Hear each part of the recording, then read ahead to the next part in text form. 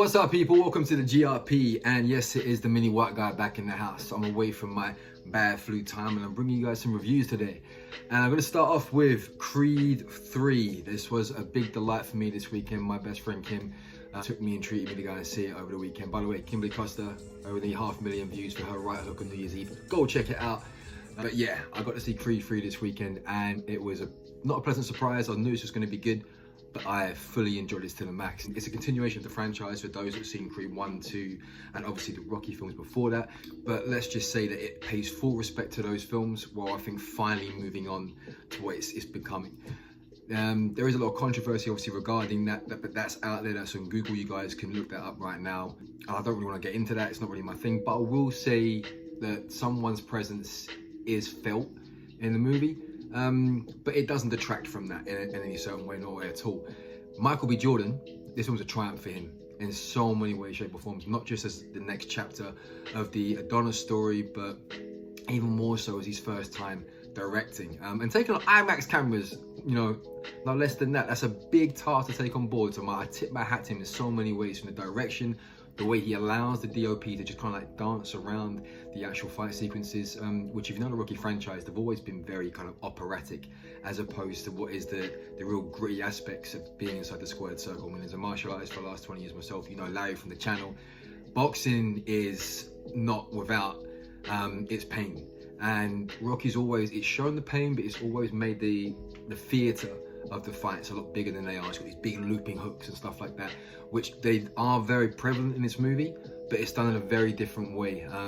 There's an artistic form. Anyone that's seen the news already, and we've seen Michael B. Jordan talk about it, he has taken a lot of anime influence with this, and that's very, very prevalent, specifically in the last fight sequence between obviously him and Damien. The ring itself and the arena takes on a whole other character, and it's a very artistic expression of what they're going through, which I love to bits. It really did change what we've become used to in the final moments. In saying that, there is one little hang up I have with most of the fight sequences of the Rocky films, and that's for the most part they tend, well, not all of them, but to shoot from the waist up. This helps to sell the fight sequences, especially if you're not a normal boxer, because the footwork's one of probably the hardest things to do in boxing, really, to get it down to a T. So shooting from the waist up always helps, but that's enough we'll say on that one. But yeah, the fight sequences in this film were great. The inspiration from anime, which is clearly evident in this film, was brilliant. Whether it's the Naruto poster in the flashback you see when they're talking about the two of them, what happened to them outside the convenience store, or whether it's actually the way they shoot the dynamics of the fight scenes later on.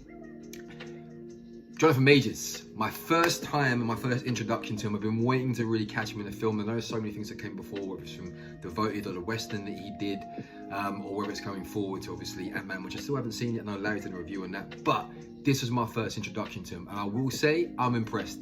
Brother can act. Brother can act. He's not essentially though what I would call a villain. I know I'm probably going to be controversial here, but he is a villain in the sense that all good Marvel villains right now, sorry to use Marvel as a trope, but all good Marvel villains recently have made that good connection of letting us understand the reasons for why the villain does what they do, or do what they does, or however you want to phrase that. With Damien, it's slightly different, because you don't just understand him. I mean, me personally, anyway, I could connect and, dare I say, kind of empathize with him to a degree, especially when he takes the heel turn midway through the film.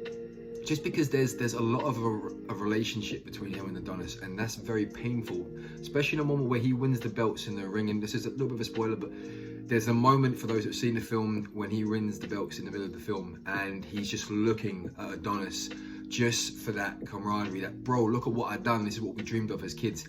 And it's not reciprocated because of where they are and the dynamics at that time. And you feel it, and Jonathan Majors does all of that. He says all of that in his expression, and that's, for me as an actor personally as well, to be able to convey that and to show every single nuance in every single bit of subtext just through what you do with your face with no dialogue is brilliant. And Jonathan Majors sells this film for me. He's not a stereotypical bad guy. He reminds me a lot of the film Warrior, which I thought when I saw the trailer for this, it was very much in the vein of what Warrior was with Tom Hardy and Joe Edgerton. The dynamics of the relationship is very, very similar. And even some of the bits there, I say that the story narratives of how you see him in the ring when he's training first at the gym reminded me of Warrior.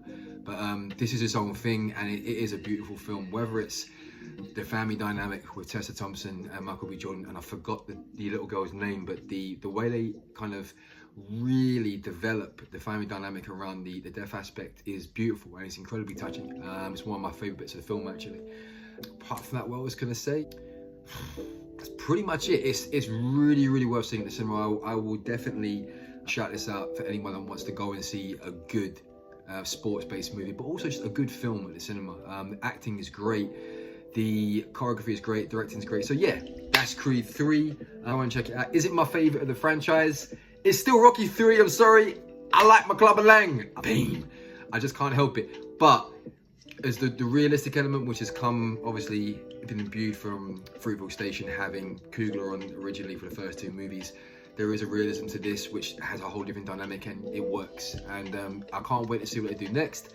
I know there's a lot of things in the pipeline. I know Amazon are going to look at a TV show and then animation and everything else. So boy's got some money to make when it comes to Michael B. Jordan. But yeah, again, that's Creed 3. If you haven't seen it, please do go and see it. It's out now in the cinema in the UK, in the US, worldwide. So go have a good time with it. And if you have seen it, please do let me know what you think in the comments below.